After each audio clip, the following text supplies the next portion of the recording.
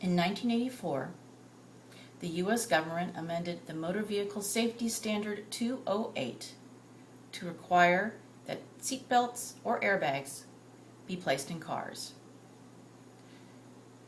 In 1998, that regulation was updated to require that dual front airbags be put in every car.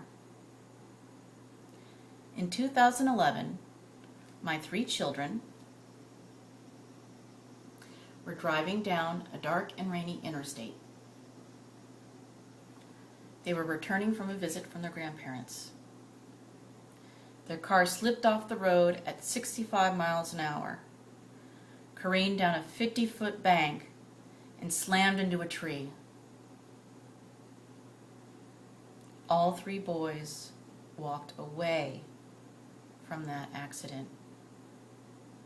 All 3 boys were wearing seatbelts and the airbags deployed.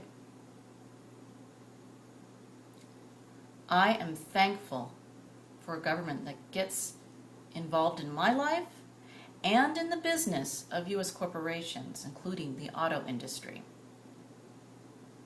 Without that government, I'm certain that my kids would not be alive today.